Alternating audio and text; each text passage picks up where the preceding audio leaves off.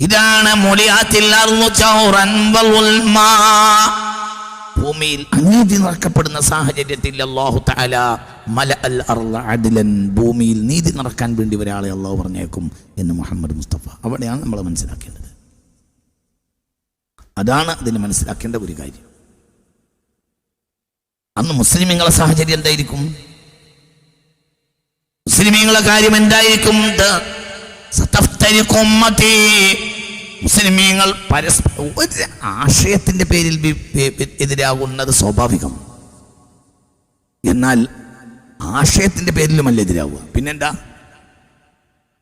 സ്വകാര്യ താല്പര്യത്തിന്റെ പേരിൽ എതിരാകും, സ്വകാര്യ താല്പര്യത്തിന്റെ മേലെതിരാകും. അറബ് ഭരണാധികാരികൾ സ്വകാര്യ താല്പര്യത്തിന്റെ പേരിൽ എതിരാകും. അറബ് ലോകം മുഴുവനും തമ്മിൽ പോരടിക്കുമെന്ന് മുഹമ്മദ് മുസ്തഫ. എന്താ കാര്യം? സ്വകാര്യ താല്പര്യങ്ങൾ ഒക്കെ സ്വകാര്യ താല്പര്യം. ലാ യദ്ഹുറുൽ മഹ്ദി ഹത്താ യബ്സുഖ അഹദുക്കും ബഅദുക്കും ഇലാ വജ്ഹി ബഅദിൻ. നിങ്ങൾ തമ്മിൽ മുഖത്തേക്ക് കാർക്കിച്ച് തുപ്പാതെ മഹദി പ്രത്യക്ഷപ്പെടുകയില്ലെന്ന് മുഹമ്മദ് മുസ്തഫ. നിങ്ങൾ അങ്ങോട്ടോട് കാർക്കിച്ചു തുപ്പും എന്ന് മുത്ത് മുഹമ്മദ് മുസ്തഫ. ഒരാളുടെ മുഖത്തെ കാർക്കിച്ചു തുപ്പും. നിങ്ങൾ തമ്മിൽ നിങ്ങളുടെ അവസ്ഥ എന്താ? നിങ്ങൾ തമ്മിൽ കാർക്കിച്ചു തുപ്പും. അങ്ങനത്തെ ഒരു സാഹചര്യം ചിന്തിക്ക്. എന്താ താല്പര്യം? സ്വകാര്യ താല്പര്യങ്ങൾ. സ്വന്തം സഹോദരനെ കൊലപ്പെടുത്തുന്നതിന് മടിയുണ്ടാവുകയില്ല. പാർട്ടികൾ ഉള്ളിൽ പാർട്ടികൾ എന്ന് പറഞ്ഞാൽ പാർട്ടികൾക്കുള്ളിൽ പാർട്ടികളായി അധപ്പതിക്കും മുസ്ലിമീങ്ങൾ എന്ന് പുണ്യ റസൂൽ മുസ്തഫ. അല്ലേ? എന്താ നിലവിലുള്ള സാഹചര്യം? പാർട്ടികൾക്കുള്ളിൽ പാർട്ടികൾ. ഓരോ സംഘത്തിന്റെയും ഉള്ളിൽ പാർട്ടികൾ. ആദർശപരമായ ശത്രുവിനോട് ചങ്ങാത്തം കെട്ടും തൻ്റെ കൂട്ടത്തിൽപ്പെട്ട ശത്രുവിനെ പരാജയപ്പെടുത്താൻ വേണ്ടി. ആദർശ ശത്രുവിനോട് ചങ്ങാത്തം കെട്ടുക. എന്തിന്? തൻ്റെ ഉള്ളിലെ ഉദാഹരണം, അയാൾ എയും ബിയും തമ്മിൽ ശത്രുവാണ്. പക്ഷെ എയുടെ ഉള്ളിൽപ്പെട്ട ചില ആളുകളോട് എക്ക് ഇഷ്ടമല്ല. അപ്പോൾ എ എന്ത് ചെയ്യുക? തൻ്റെ ജന്മശത്രുവായ ബിയുടെ ആളുകളുമായി ചങ്ങാത്തം കെട്ടുക. തൻ്റെ അനുജനെയോ മകനെയോ തൻ്റെ കൂട്ടുകാരനെയോ തൻ്റെ കൂട്ടത്തിൽപ്പെട്ട ആളെയോ കൊല്ലാൻ വേണ്ടിയിട്ട്. ഏതൊരു പാർട്ടിയിലും ഏതൊരു സംഘടനയിലും ഏതൊരു സംഘത്തിലും ഉള്ളിലാണ് ഇന്ന് ശത്രു ഉള്ളത്. ആ ഒരു കാലഘട്ടത്തിലാണ് മഹദി പ്രത്യക്ഷപ്പെടുക. മഹദി പ്രത്യക്ഷപ്പെടാൻ ഇനി സമയം വല്ലാതെ ഉണ്ടാവൂല. കാരണം അതിന്റെ സാഹചര്യം വന്നു കഴിഞ്ഞിട്ട് ഇമാം മഹദി ഒന്ന് നീതി ലോകത്ത് നിന്ന് എടുത്തുപോയി കഴിഞ്ഞു. എടുത്തുപോയി. ലോകം മുഴുവനും അനീതി നിറക്കപ്പെടുമെന്ന് മുഹമ്മദ് മുസ്തഫ. മനുഷ്യൻ പരസ്യമായി കുഫ്ർ വിളിച്ചു പറയുമെന്ന് മുഹമ്മദ് മുസ്തഫ. മുസ്ലിം സമുദായത്തിന്റെ തറവാട്ടിൽ പോലും പരസ്യമായി കുഫ്ർ വിളിച്ചു പറയുന്ന പെണ്ണുങ്ങളുണ്ട്. എവിടെയുണ്ട്? മലബാറിൽ പോലും ഉണ്ട്. പരസ്യമായി കുഫ്ർ വിളിച്ചു പറയാം. ദൈവനിഷേധം പരസ്യമായി വിളിച്ചു പറയുന്ന പെണ്ണുങ്ങൾ നമ്മൾ പറയാനുള്ള അവസാന കാരണം എന്താ? ഒരു സമൂഹത്തിലൊക്കെ ഓരോ അച്ചടക്കോ ഒതുക്കമൊക്കെ ആയിട്ട് ആയിരക്കണക്കായ കൊല്ലങ്ങളായി എല്ലാ മതവിഭാഗങ്ങളിലും ഒരു അടക്കോ ഒതുക്കമൊക്കെ കഴിഞ്ഞ് ഉണ്ടായിരുന്ന ജനങ്ങളാണല്ലോ പെണ്ണുങ്ങൾ. ആ പെണ്ണുങ്ങളിൽ പരസ്യമായി ദൈവനിഷേധം പ്രത്യക്ഷപ്പെടുക. പരസ്യം. മറ്റില്ലാതാവുക, ലജ്ജ എടുത്തു പോവുക. നിലവിലുള്ള സാഹചര്യങ്ങൾ ലജ്ജ എടുത്തു. നഗ്നകളായ മുസ്ലിം നാമധാരികളായ പെണ്ണുങ്ങൾ വരെ നഗ്നകളായി പരസ്യമായി പ്രത്യക്ഷപ്പെടുന്നതിന് ഒരു മടിയുമില്ല. ഒരു വർഷം ഒരുത്തി നഗ്നയായി കിടക്കുക, വേറൊരുത്തി നഗ്നയായി കിടക്കുന്ന അവിടെ മേൽ ചിത്രം വരയ്ക്കുക. എന്നിട്ട് സോഷ്യൽ മീഡിയയിൽ 10,000-കണക്കായ ലക്ഷക്കണക്കായ ആളുകൾ അത് കാണുക. അതൊക്കെ ഒരു രസമായി അനുഭവിക്കുക. അതൊക്കെ ഒരു താല്പര്യം, അതൊക്കെ ഒരു രസം. ഫറോവയുടെ കാലത്ത് മുണ്ടെടുത്തിരുന്നു. മുണ്ടെടുക്കാത്തൊരു ജനതയെ പറ്റി ഫറോവയുടെ കാലത്ത് പോലും പെണ്ണുങ്ങൾ മുണ്ടെടുക്കും. ഏറ്റവും വലിയ സ്ത്രീലമ്പടനും തമ്മാടിയുമായിരുന്നു ഫറോവ ലഅനത്തുള്ളാഹി അലൈഹി. വ്യഭിചാരത്തിന്റെയും പെണ്ണുങ്ങളുടെ അഭിമാനം പറിച്ചു ചെയ്യുന്നതിന് പിന്നിൽ എക്കാലത്ത് മുന്നിൽ ബന്ധിയിലായിരുന്നു ഫറോവയും ഫറോവയുടെ മന്ത്രിമാരും അവരുടെ കിങ്കരന്മാരും ഒക്കെ. പക്ഷെ അവരുടെ കാലത്തും പെണ്ണുങ്ങൾ മുൻകൊടുത്തിരുന്നു.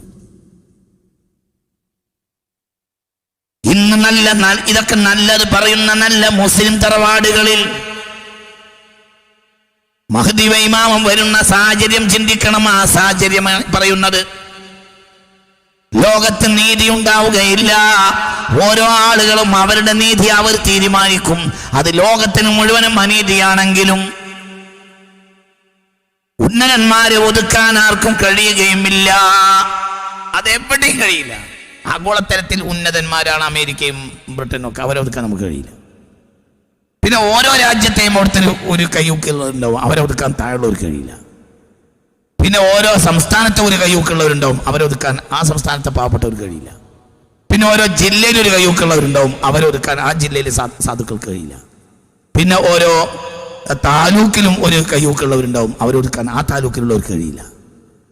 പിന്നെ ഓരോ വില്ലേജിൽ ഒരു പഞ്ചായത്തിൽ ഒരു കയ്യൂക്കുള്ളവരുണ്ടാവും, അവരൊതുക്കാൻ അവിടെ ഉള്ളവർക്ക് കഴിയില്ല. പിന്നെ ഒരു മഹലിനൊരു കയ്യൂക്കുള്ളവരുണ്ടാവും, ചിലപ്പോൾ ഒരു കുടുംബം, ഒരു കയ്യൂക്കുള്ള കുടുംബം, അവരായിരിക്കും അനവധി കൊല്ലമായിട്ട് മഹലിൽ കൈവശം. അവരെ വാപ്പാൻ്റെതായിട്ടാണ് അവരെ പേരിൽ അവരെ ഒരു വല്യാപ്പാൻ്റെ ബിംബം മെഹ്റാബിൽ കൊണ്ടുവന്ന് വെക്കണം എന്നാണ് അവരെ പൂതി. പിന്നെ അത് നടക്കാത്തതുകൊണ്ടാണ് ഞങ്ങളെ വല്യാപ്പാൻ്റെ പള്ളി ഉണ്ടാക്കിയെന്ന് പറഞ്ഞാൽ നൂറുകണക്കിനായ പതിറ്റാണ്ടുകളായി പള്ളികൾ കൈവശം വെക്കുന്ന കുടുംബങ്ങളുണ്ട്. ചോദിക്കാൻ പറ്റില്ല, ചോദിച്ചാൽ തച്ചുല്ലോ. ചോദിക്കാൻ പാടില്ല. സാധാരണക്കാരൻ പള്ളിയിൽ നിസ്കരിച്ചു പോവുക. ഇതാണ് ലോകത്തിൻ്റെ അവസ്ഥ. അമേരിക്ക മുതൽ ഗ്രാമങ്ങൾ വരെ അനീതി.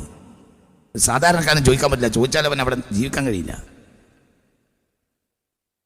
സാധാരണക്കാരായ മനുഷ്യൻ പറയാൻ നമ്മുടെ നാട്ടിലെ അവസ്ഥ എങ്ങനെയാണ്, എതിർത്തോടെ എനിക്ക് അവിടെ ജീവിക്കാൻ കഴിയില്ല, അതുകൊണ്ട് ഞാൻ ചോദിച്ചു പോവാണ്. സാധാരണക്കാർ ഈ കൊല്ലം പോലും എന്നോട് പലരും പറഞ്ഞിട്ടുണ്ട്. എന്തിനാ വിഷയം അള്ളാഹു അല്ലാതെ അള്ളാഹു അക്ബർ എന്ന പള്ളിയിൽ വെച്ച് പറയുന്നത്. അവിടുത്തെ പോലും അവസ്ഥ അങ്ങനെയാണ്. എവിടെയും നിങ്ങൾ അമേരിക്ക അനീതി മാത്രമല്ല, നീ എവിടെയും അനീതി. അതായത് എവിടെയും കയ്യൂക്കുള്ളവർ കാര്യക്കാരാകും. ആ കാലത്ത് മഹദി പ്രത്യക്ഷപ്പെടുക. നീതി നടക്കുന്ന ഒരു നാട് എൻ്റെ അറിവിലില്ല. എൻ്റെ അറിവ് ചുരുങ്ങിയതായിരിക്കാം. പക്ഷേ കാര്യങ്ങളോട് അടുത്ത് പ്രത്യക്ഷത്തിലൊക്കെ തോന്നിയ നീതിയാണ്. പക്ഷെ കാര്യത്തിലേക്ക് അടുത്താൽ സാധാരണക്കാരൻ നീതി കിട്ടൂല. ഹബീബ നബി പറഞ്ഞു, മുലിഅത്തിൽ അർളു, ഭൂമിയെ അനീതി കൊണ്ട് നിറക്കപ്പെടുന്ന. അപ്പോൾ എല്ലാവർക്കും എന്ത് ചെയ്യും? വിവരമുണ്ടെങ്കിൽ പോലും അവർക്ക് പക്ഷം നിന്ന് നിൽക്കേണ്ടി വരും, അല്ലെങ്കിൽ ജീവിക്കാൻ കഴിയില്ല. നിങ്ങൾ ലോകത്ത് ഏറ്റവും വലിയ നീതിക്ക് വേണ്ടി വന്ന ഒരു ഗ്രന്ഥാണ് ഖുർആൻ. ആ ഖുർആൻ പോലും ഇന്ന് അനീതിക്ക് വേണ്ടി ഉപയോഗിക്കും. لقد أرسلنا رسلنا بالبينات وأنزلنا معهم الكتاب والميزان ليقوم الناس بالقسط وأنزلنا الحديد فيه بأس شديد ومنافع للناس. വ്യക്തമായ ദൃഷ്ടാന്തങ്ങളുമായി നാം പ്രവാചകന്മാരെ അയച്ചു, വേദഗ്രന്ഥങ്ങളുമായും. വേദഗ്രന്ഥത്തിൽ എന്തുണ്ട്? വേദഗ്രന്ഥത്തിൽ അല്ലാഹു സുബ്ഹാനഹു വ തആല വേദഗ്രന്ഥത്തോടു കൂടെ എന്തയച്ചു? ത്രാസും അയച്ചു. വഅൻസല മഅഹുൽ കിതാബ വൽ മീസാൻ. അപ്പോൾ ഖുർആന്റെ സാരാംശം എന്താണ്? നീതി. ആഗോള തലം മുതൽ പ്രാദേശിക തലം വരെ ഉണ്ടാകേണ്ട നീതി അതെവിടെയില്ല. ഒരു കുടുംബത്തിന് നീതി ഉണ്ടാവില്ല. മഹല്ലോ അത്രല്ല, കുടുംബത്തിന് നീതി ഉണ്ടാവും. കൂടുതൽ വരുമാനമുള്ള മക്കളായിരിക്കും ബാപ്പാക്ക് ഇഷ്ടം. അവനെ നീതി കിട്ടുള്ളൂ. നീതിയല്ല, അവന് അനീതിയാണ് കിട്ടുക. അനീതി എന്ന് പറഞ്ഞാൽ അവന് കൂടുതൽ കിട്ടും. കൂടുതൽ വരുമാനമുള്ളവൻ, കൂടുതൽ ബാപ്പാക്കും ഉമ്മാക്കും വരുമാനം കൊടുക്കുന്നവനാരോ അവനാണ് കിട്ടുക. കൂടുതൽ കയ്യൂക്കുള്ളവർ അവർക്ക് നേടാൻ കഴിയുക. കൂടുതൽ ആളുകൾ ഒപ്പിക്കാൻ കഴിയുന്നവർക്കൊക്കെ നേടാൻ കഴിയുക. ബാപ്പ മക്കളോട് നീതിയൂല, ഉമ്മ മക്കളോട് നീതിയൂല. അതാണ്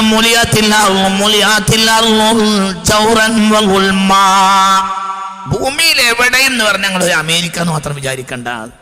അമേരിക്ക മുതൽ സ്വന്തം കിടപ്പറ വരെ നീതി നിഷേധിക്കപ്പെടും. നീതി ഉണ്ടാവില്ല. ഇന്ന് എവിടെയാണതുള്ളത്? അതൊന്ന് പറഞ്ഞുതരും.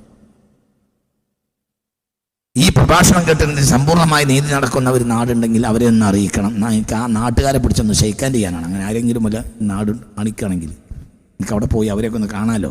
ജീവിതത്തിൽ ഞാൻ നീതി നടക്കുന്ന സ്ഥലം പൂർണ്ണമായി ജീവിതത്തിൽ കണ്ടിട്ടില്ല, എൻ്റെ ഓർമ്മയില്ല. എവിടെയും അനീതിയാണ്. പിന്നെ ചില കാര്യങ്ങളുടെ അനീതി പ്രത്യക്ഷത്തിൽ വരൂല. എന്തുകൊണ്ട് വരൂല എങ്കിൽ അത് ചിലർ പറഞ്ഞിട്ട് കാര്യമില്ല, അതുകൊണ്ട് പറയൂല. അല്ലെങ്കിലോ പറഞ്ഞാൽ പിന്നെ അവർ പുറത്താവും, അതുകൊണ്ട് അവർ പറയാൻ മേൽക്കിടൂല.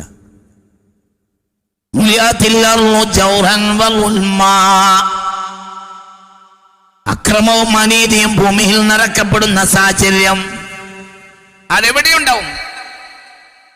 അതിൻ്റെ മേൽ ജനതകൾ മുഴുവനും പരിഹസിക്കപ്പെടും. അത് പ്രയാസം. എവിടെയും എവിടെയും എവിടെയും ഏതൊരു ലോകത്തും ന്യൂനപക്ഷമാണ് സുഖമാസ്വദിക്കുക. ആഗോളതലത്തിൽ ഒരു ന്യൂനപക്ഷം സുഖമാസ്വദിക്കുന്നു. രാജ്യാന്തര തലത്തിൽ ഒരു ന്യൂനപക്ഷം സുഖമാസ്വദിക്കുന്നു. ഒരു സംസ്ഥാനത്ത് ഒരു ന്യൂനപക്ഷം സുഖമാസ്വദിക്കുന്നു. ഒരു ജില്ലയിൽ ഒരു ന്യൂനപക്ഷം സുഖമാസ്വദിക്കുന്നു. ഒരു മഹലിൽ ഒരു ന്യൂനപക്ഷം സുഖമാസ്വദിക്കുന്നു. ഒരു കുടുംബത്തിൽ 1-2 ആളുകൾ സുഖമാസ്വദിക്കുന്നു. ഏതാണ് സുഖം? അവർക്ക് എല്ലാം നിറഞ്ഞിട്ടാണ്. മറ്റുള്ളവരോ അതിൻ്റെ പേരിൽ സുഖം എന്ന് പറഞ്ഞാൽ വൈകുന്നേരം ഭക്ഷണം കിട്ടുന്നില്ല എന്നല്ല, രാവിലെ നാസ്തട്ടില്ല എന്നുള്ളതല്ല. അതൊക്കെ കിട്ടുന്നുണ്ടാവാം, പക്ഷെ നീതി കിട്ടൂല. ഖുർആൻ എന്തിനാ വന്നത്? ഖുർആൻ വന്നത് നീതിക്ക് വേണ്ടിയാണ്. പള്ളിയിൽ മുസാഹിഫ് അട്ടിയിട്ടിട്ട് കാര്യമില്ല. മുസാഹിഫിൽ ഉള്ളത് പള്ളി നടപ്പിലാക്കണം. അതെന്താണ്? അത് നീതിയാണ്. വിദ്യാഭ്യാസ സ്ഥാപനങ്ങൾ കൂടും പോലെ മുളച്ചു വന്നുണ്ട്. വിദ്യാഭ്യാസ സ്ഥാപനങ്ങളിൽ വിദ്യാഭ്യസിക്കുന്നുണ്ട്. വിദ്യയുടെ ബേസ്മെന്റാ നീതി. വിദ്യയുടെ ബേസ്മെന്റ് എന്താ? നീതി. വളരെ ചിന്തിക്കണം. അപ്പോൾ ഇത് ലോകവ്യാപകമായതുകൊണ്ട് മഹദി നാളെ വരുമെന്ന് ഞാൻ പറയുകയില്ല, പക്ഷെ നാളെ വരില്ല എന്ന് പറയുകയില്ല. മഹദി ഇന്ന് വരാനുള്ള സാഹചര്യവുമായിട്ടുണ്ട്. ഇനി അടുത്തൊരു അനീതിയെ നമ്മൾ ഭയപ്പെടണം. ഇന്നുള്ള അനീതി ഇങ്ങനെയാണെങ്കിൽ നാളത്തെ അനീതിയുടെ അവസ്ഥ എന്തായിരിക്കും? ഇന്നത്തെ അനീതി എങ്ങനെയാണെങ്കിൽ നാളത്തെ അനീതി എന്തായിരിക്കും? വിജ്ഞാനം നടക്കൂലേ? വിജ്ഞാനം എന്തിനാവും? വിജ്ഞാനത്തിന്റെ പിന്നിൽ ദീനിന് വേണ്ടിയല്ലാതെ വിജ്ഞാനം പഠിക്കുക.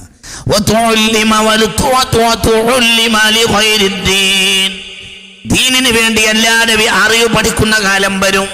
അക്കാലത്താണ് മഹ്ദിമാ പ്രത്യക്ഷപ്പെടുക. ദീനെന്താ? ദീന് നീതി. പടച്ചോനെ പേടി എന്ന് പറഞ്ഞാല് അണ്ണാക്ക് ഒച്ച ഉണ്ടാക്കിയിട്ട് നിസ്കരിക്കലല്ലോ. പടച്ചോനെ പേടി നീതിയല്ലേ. അല്ലാഹു എന്തും ക്ഷമിക്കും, അനീതി ക്ഷമിക്കൂല.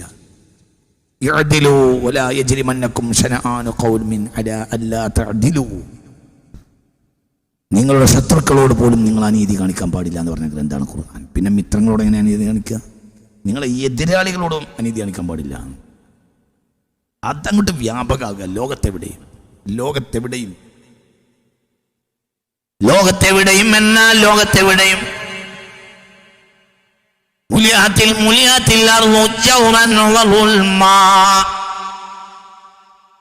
100% മഹ്ദി ഇമാമിന്റെ സാഹചര്യമായിരിക്കുന്നു. മഹ്ദി ഇമാമിനല്ലാതെ ഇനി പ്രശ്നം പരിഹരിക്കാൻ കഴിയുകയില്ല എന്ന് ഞാൻ വിശ്വസിക്കുന്നു. എന്തുകൊണ്ടാണ്? എന്ത് പ്രശ്നം എവിടെയെങ്കിലും ഒരു സ്ഥലത്ത് പരിഹരിച്ച പോരല്ലോ. വീട്ടിലാകെ നാറ്റം കയറിയിട്ടുണ്ടെങ്കിൽ, വീട്ടിലാകെ വെള്ളപ്പൊക്കം ഉണ്ടായിട്ട് ആകെ തകർന്ന് ചവിടി പൊടി ആകെ ചെളിയും ഹിംസ്ര ജന്തുക്കൾ എന്താ പറയുക, എലിയും പെരിച്ചായും പെരുമ്പാമ്പും ഒക്കെ വീടിലാകെ നിറഞ്ഞു കിടക്കുന്ന സമയത്ത് തൽക്കാലം ഒരു മുറിയോ സിറ്റൗട്ടോ മാത്രം വൃത്തിയാക്കിയിട്ട് അവിടെ കഴിഞ്ഞുകൊണ്ടേ പറ്റില്ലല്ലോ. ആ വൃത്തിയോട് ഇങ്ങോട്ട് അനുഭവിക്കേണ്ടി വരില്ലേ? അതുകൊണ്ട് വീട് പൂർണ്ണമായും ശുദ്ധിയാക്കാതെ ഒരാളെ എങ്ങനെ അവിടെ താമസിക്കുക എന്നതുപോലെ ഏതെങ്കിലും നാട്ടിൽ തൽക്കാലം എൻ്റെ ഈ പ്രസംഗം കേട്ടിട്ട് നമ്മുടെ നാട്ടിൽ നീതി നടപ്പിലാക്കാന്ന് വിചാരിച്ചാൽ 1 ദിവസം 2 ദിവസമൊക്കെ നടപ്പിലാക്കാൻ കഴിഞ്ഞേക്കാം. പിന്നെ ആ നീതി നടപ്പിലാക്കിയില്ലാവും അടുത്ത അനീതിക്കാർ. അതാണ് പിന്നെ അടുത്ത അനീതിക്കാരായി വരിക. എന്തിൻ്റെയും ഒരു സ്ഥാപനവൽക്കരണം ഉണ്ടാവും. ഒരു നാട്ടിലൊരു കൂട്ടക്കാർ നീതി നടപ്പിലാക്കിയാൽ പിന്നെ അവരും അവരെ മക്കളും ആയിരിക്കും അടുത്ത അനീതിയുടെ വാഹകന്മാർ. അടുത്ത ഫിറഔനായി വരിക ഇന്നത്തെ നീതിമാനാണ്. അങ്ങനെ ഇന്ന് വരെ കണ്ടിട്ടുള്ളത്. പുതിയ കാലത്തെ ക്രമങ്ങൾ അങ്ങനെയാണ്. ഇന്ന് ഇന്ന് അനീതി നടപ്പിലാക്കുന്നവരുടെ എല്ലാം ബാപ്പമാർ ഒരു കാലത്ത് നീതിയോടുകൂടി എണീറ്റുന്നവരാണ്. ഇപ്പോൾ അവരുടെ മക്കളാണ് ആ നാട്ടിലെ ഏറ്റവും വലിയ അനീതി.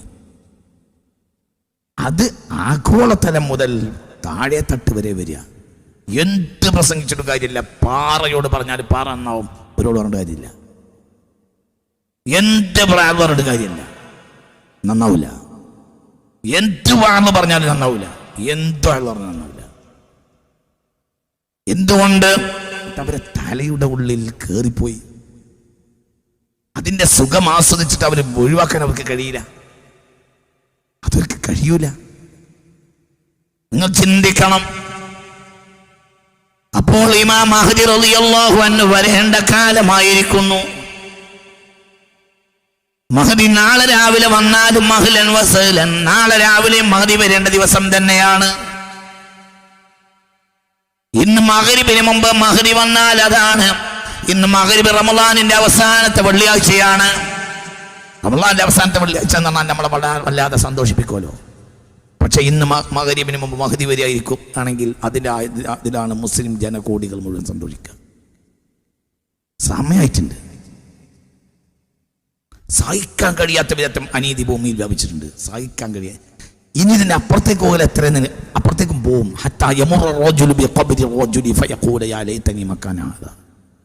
ഇതിനപ്പുറത്തേക്കും പോവും. അതെന്താന്ന് നമുക്ക് ചിന്തിക്കാൻ കഴിയില്ല. ഞാനെപ്പോഴും ആലോചിക്കാറുള്ളത്, നമ്മുടെ അടുത്ത തലമുറയായി വളർന്നു വരുന്ന വീട്ടിൻ്റെ മുന്നിലൂടെ മുറ്റത്തോടെയൊക്കെ ഓടി നടക്കുന്ന കുട്ടികളെ കാണുമ്പോൾ പലപ്പോഴും എൻ്റെ വീട്ടിലും മറ്റുള്ളവരുടെ വീട്ടിലൊക്കെ പലപ്പോഴും കുട്ടികളെ കാണുമ്പോൾ ഞാനിങ്ങനെ ഓർക്കും, പഠിച്ചവനെ ഇവരെന്ത് ഹതഭാഗ്യരാണ്, അല്ലാഹുവേ ഇവരെന്തൊരു ഭാഗ്യം കെട്ടവരാണ്, ഇവരഭിമുഖീകരിക്കാവുന്ന അനീതികൾ എന്തൊക്കെയാണ്. അത് മാറ്റാൻ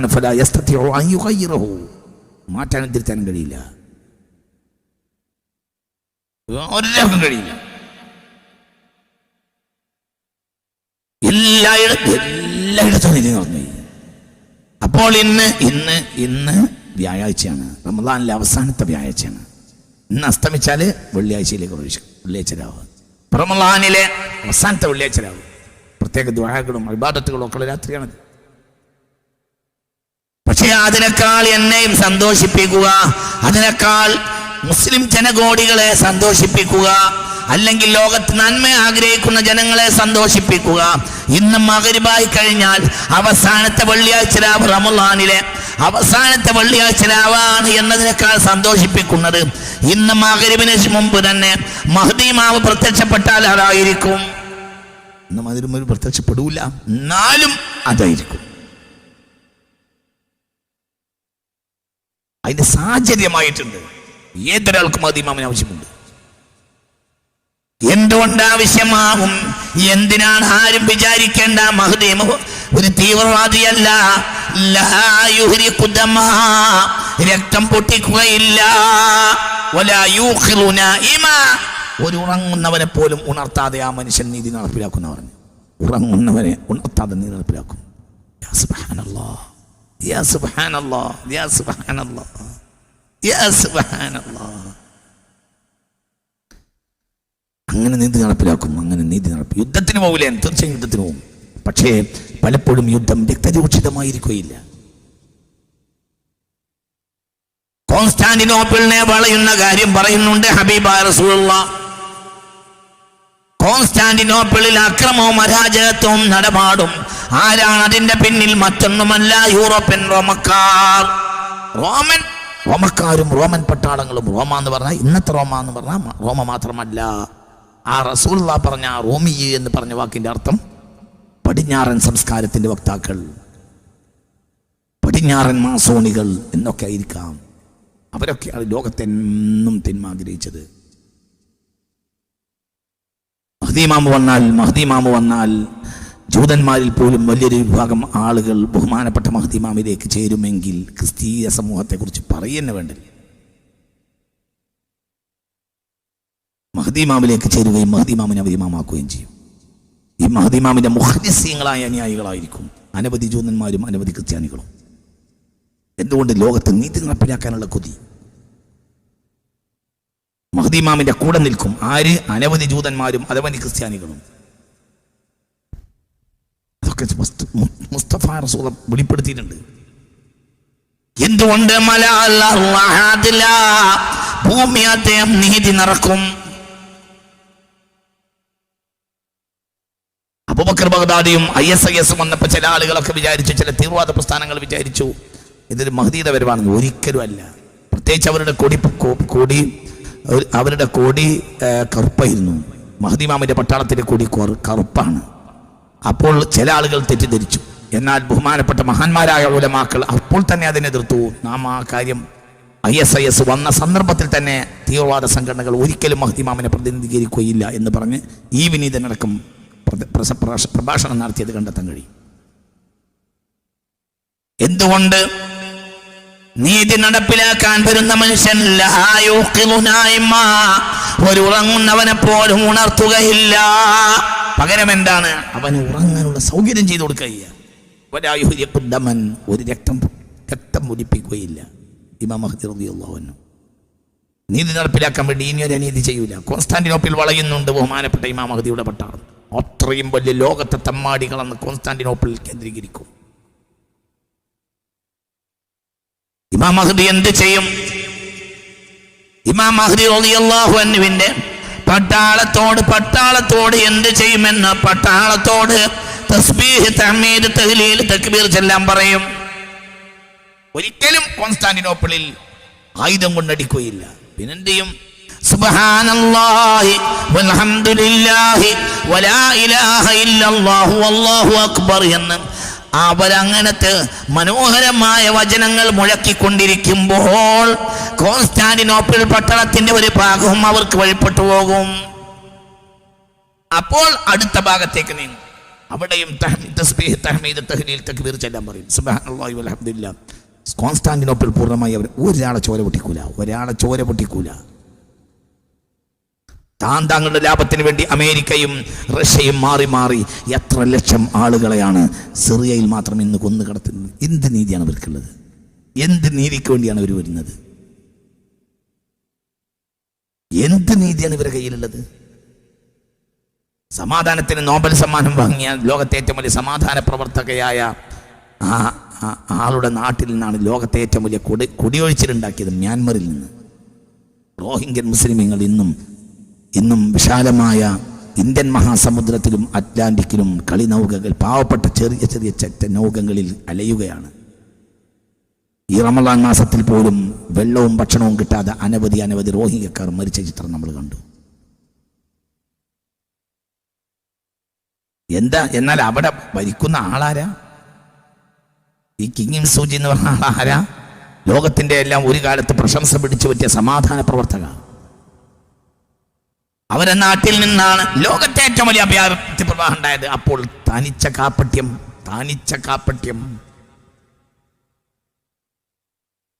ഇതങ്ങനെയല്ല. ഒരു ഉറങ്ങിക്കിടക്കുന്ന ആളെ പോലും ഉണർത്തുകയില്ല. ഒരു രക്തച്ചൊരിച്ചിൽ ഉണ്ടാക്കുകയുമില്ല. എന്നിട്ട് നീതി നടപ്പിലാക്കും ഭൂമിയിൽ എന്ന്. ആ മനുഷ്യന്റെ മുന്നിൽ എണീറ്റ് നിൽക്കാൻ കഴിയുന്ന ഒരാൾ ഭൂമിയിൽ ഉണ്ടാവില്ല. ഒരാൾക്കും കഴിയില്ല. മഹ്ദി ഇമാം വന്നാൽ കഴിയില്ല, ഒരാൾക്കും കഴിയില്ല. അത്രയും വലിയ തൗഫീഖ് അല്ലാഹു സുബ്ഹാനഹു വ തആല മനുഷ്യന് കൊടുക്കും. ആണൻ തന്നെ വലിയ ആളാ.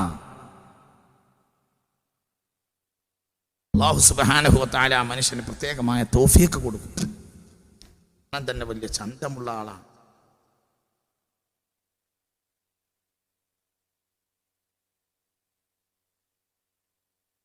ബഹുമാനപ്പെട്ടവന് ആദമും അദ്ദേഹം ഒരു പ്രത്യേക കളറുള്ള ആളാണ്. അതായത് പച്ച വെള്ളയുമല്ല, എന്നാൽ ചുവപ്പുമല്ല, അങ്ങനത്തെ ഒരു കളറാണ്.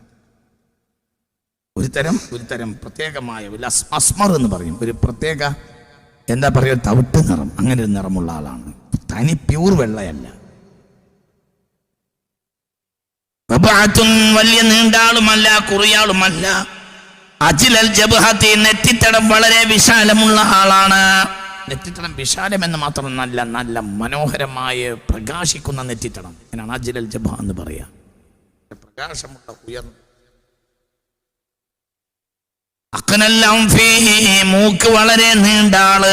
മൂക്ക് നീണ്ട ആള്, നീണ്ടിങ്ങനെ ഒന്നിങ്ങനെ ഉയർന്നു നിന്ന് മൂക്ക് നീണ്ട് വളഞ്ഞ ഒരാള്. അതായത് ഒരു മഹത്തായ ഒരു ആണത്വത്തിന്റെ അടയാളാണ് അങ്ങനത്തെ ആള്.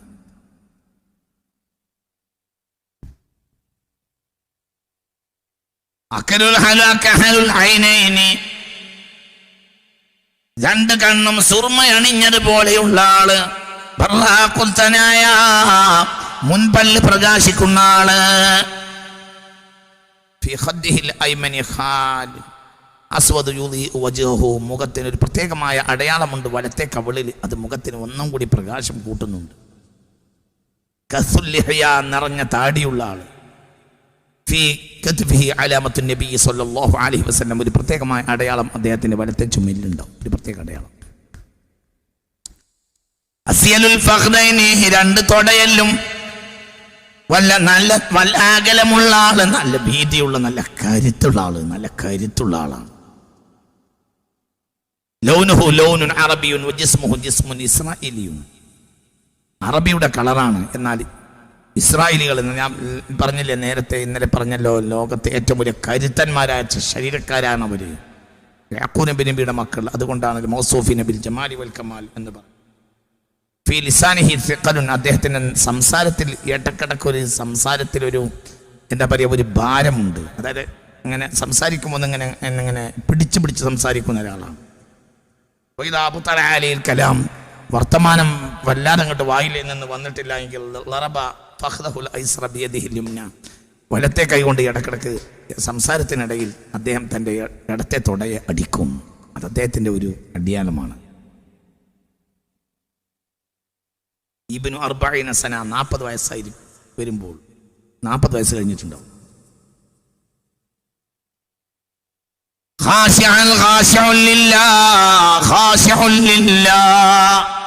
അള്ളാഹുവിന്റെ എന്നോട് ഏറ്റവും വലിയ ഭയഭക്തിയുള്ള ആളാണ്.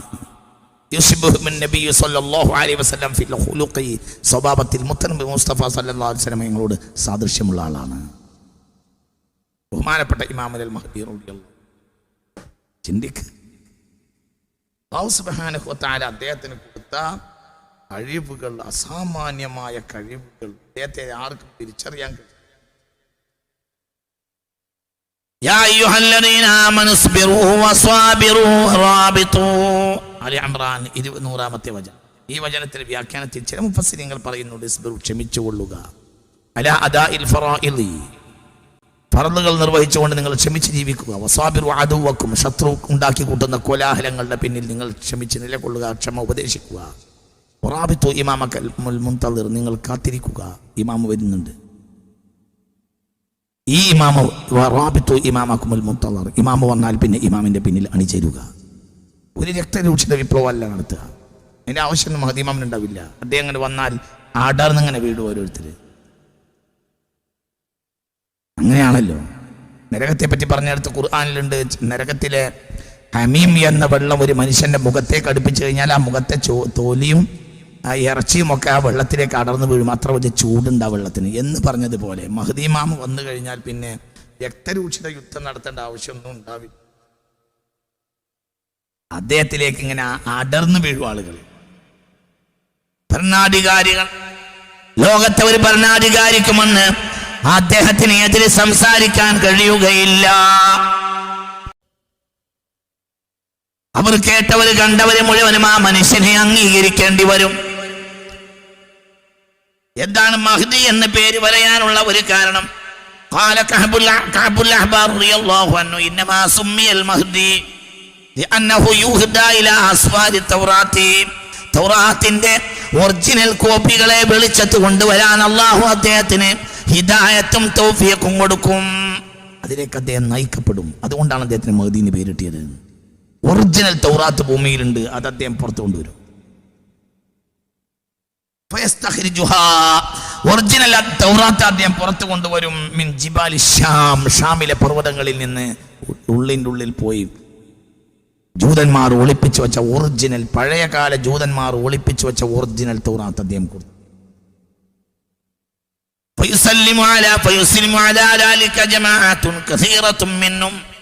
ജൂതന്മാർ അനവധി ആളുകൾ അദ്ദേഹത്തിന്റെ കയ്യിൽ എത്തിച്ചേരുകയും അദ്ദേഹത്തിന്റെ വീക്ഷണഗതിയെ സ്വീകരിക്കുകയും അദ്ദേഹത്തിന്റെ കൂടെ നിൽക്കുകയും ചെയ്യും.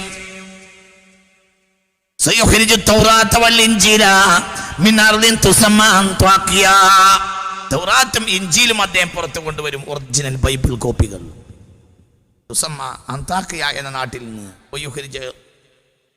ജൂത ക്രിസ്തീയ സമൂഹങ്ങളിൽ അനവധി ആളുകൾ അദ്ദേഹത്തിന്റെ മേൽക്കോയ്മ അംഗീകരിക്കും. എന്തുകൊണ്ട്?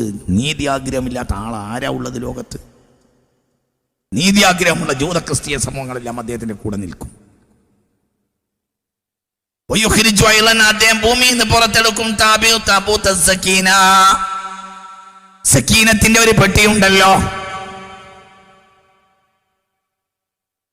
وقال لهم نبيهم من آية ملكه أن يأتيكم التابوت فيه سكينة من ربكم وبقية مما ترك آل موسى وآل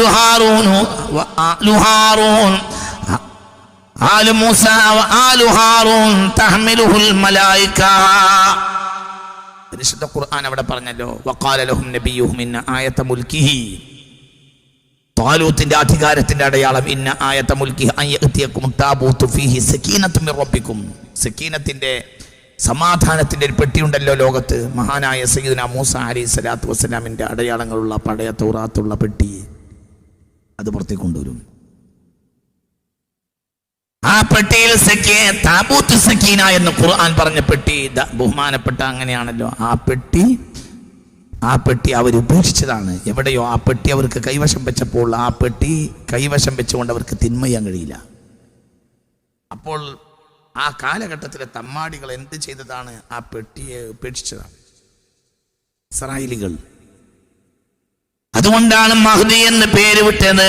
രഹസ്യമായ ലോകത്ത് രഹസ്യമായി കിടക്കുന്ന പല കാര്യങ്ങളിലേക്കും അദ്ദേഹത്തിന് വെളിച്ചം കിട്ടും. അതുകൊണ്ടാണ് അദ്ദേഹം മഹ്ദി എന്ന് പേരുണ്ടായത്.